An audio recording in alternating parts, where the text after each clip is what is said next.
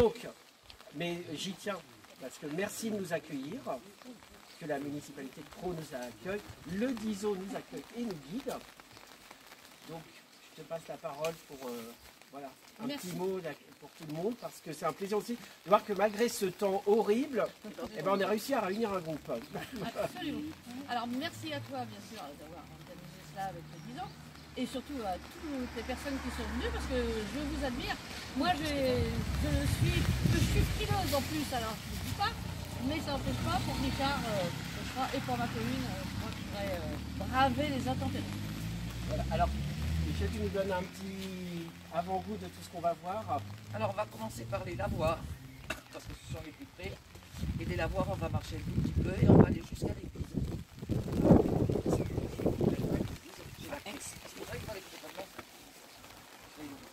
Et peut-être on va faire un petit tour aux écoles.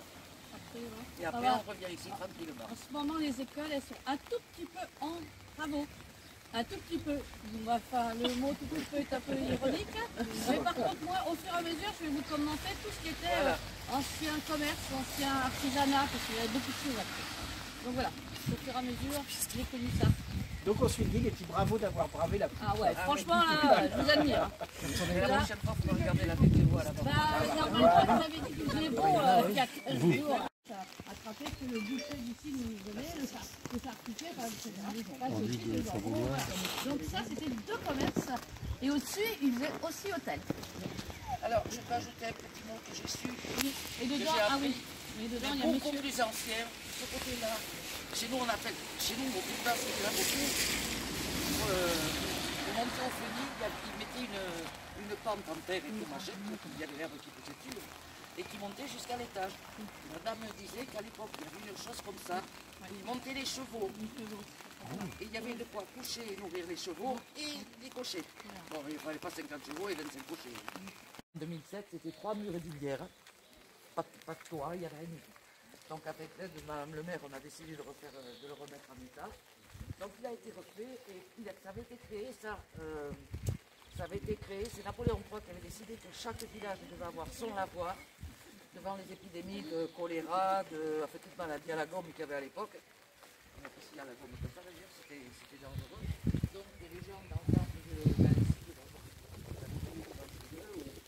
donc il avait décidé qu'il fallait faire un lavoir pour les habitants des campagnes. C'était normal, hein, mais voilà. On va aller voir aussi.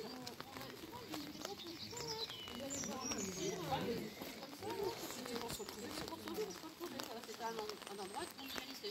Dans la rue, il y avait beaucoup de commerces. Oui, c'est ce que je disais. Absolument. Beaucoup, non, il y avait mais surtout les artisans aussi. On avait des artisans. On avait des qui a été refait lui en 2017. C'est quand même moins abîmé que l'autre. Oui, c'est pas du bon. C'est pas du bon que j'y faut. Ah bon, d'accord. On va pas le dire.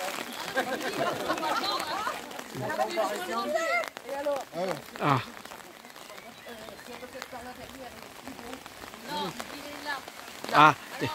la derrière.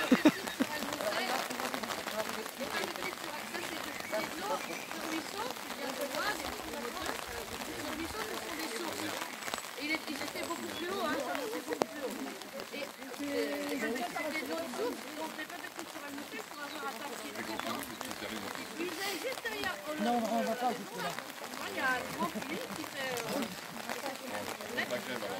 Et donc ils puisaient, donc il y a toute la région qui va jusqu'au Chêne. Et tout cela, comme ils puisaient l'eau, à un autre endroit, avant la ville, avant le passage de l'orage, j'avais fait possibilité que l'eau revienne, passer, on en parle tout à l'heure dessus, repasse et permettre d'avoir de l'eau dans les champs derrière. Parce que sinon, quand ils puisaient ici, évidemment, ça faisait descendre énormément la possibilité d'avoir. Non. Bien heureux à mon année. Là, on arrive à une partie cruciale du village de Crau, voilà. On aura toujours. C'est le prieuré. Ouais. Alors, ce prieuré-là a été. C'est pas bien il a été refait et remanié maintes et maintes fois. Maintenant, c'est une propriété privée. Mais à l'origine, c'est Là, il y a des moines qui sont venus s'installer en 1070, il y a quelques années. Hein. À Gros, les terres avaient été, toutes les terres du village avaient été données, toute cette partie-là du village aussi, d'ailleurs, les terres, les vignes, il y avait des vignes. L'église avait été donnée aux moines de l'abbaye de Marmoutier, à côté de Tours. Oui. Et donc, ils avaient bâti ça, parce qu'il y a des moines qui se sont installés. Et la particularité de cette église, c'est qu'on ne peut pas en faire le tour. Ah oui, c'est un village. Ah oui, ah oui. Et de l'autre côté, c'est le presbytère et c'est la même chose.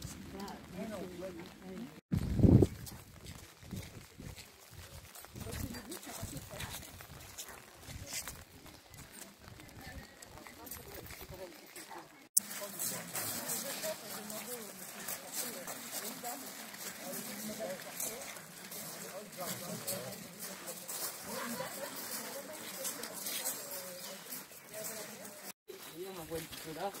On va les mettre de crépi. Ah, alors moi quand je vais ici, j'ai... Non, non. Madame, attends. Pas sous l'œil, J'aime ça. la propriétaire en titre. Ah oui, vous m'arrêtez. Mais oui, mais c'était signe de pauvreté. Quand est-ce que ça a été fait ça? En 93, je crois. C'était un maniaque du crépi. Il a foutu du crépi partout, y compris sur les fonds. Mais que l'an dernier. Que l'an dernier. Là-bas, il servait à rien. Je sais pas qui c'est qui l'a. Donc, on va lui faire tout à l'endroit.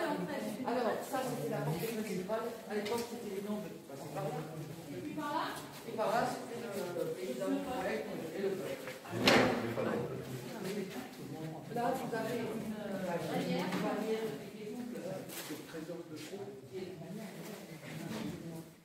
elle est double. Ça, c'est la Vierge. Alors, et dessous, derrière, il y a Saint-Sébastien. Vous l'entrez, si vous voulez, pour voir le Saint-Sébastien.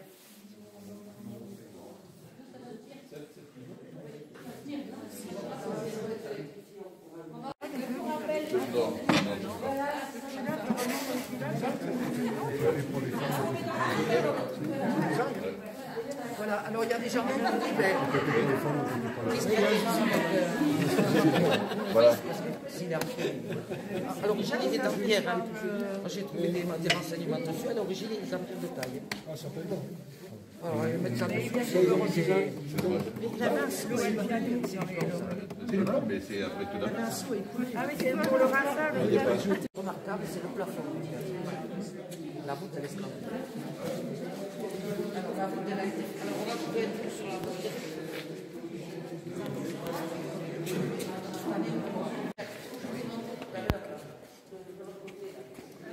On voyait le rond comme ça. C'est l'envers de ça. Il y avait une marche. Il est ça, mais c'est il avait donné l'argent, l'argent pour faire cette. Alors dessus, il y a des inscriptions.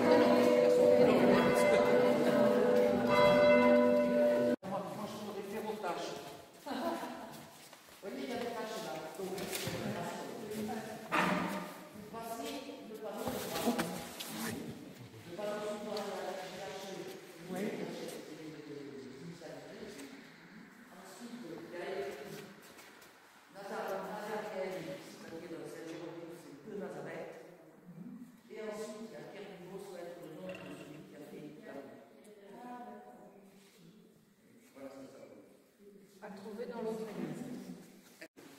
Alors, il est daté de 1522, ce vitrail. Ils sont tous ces trois vitraux-là qui sont classés monuments historiques.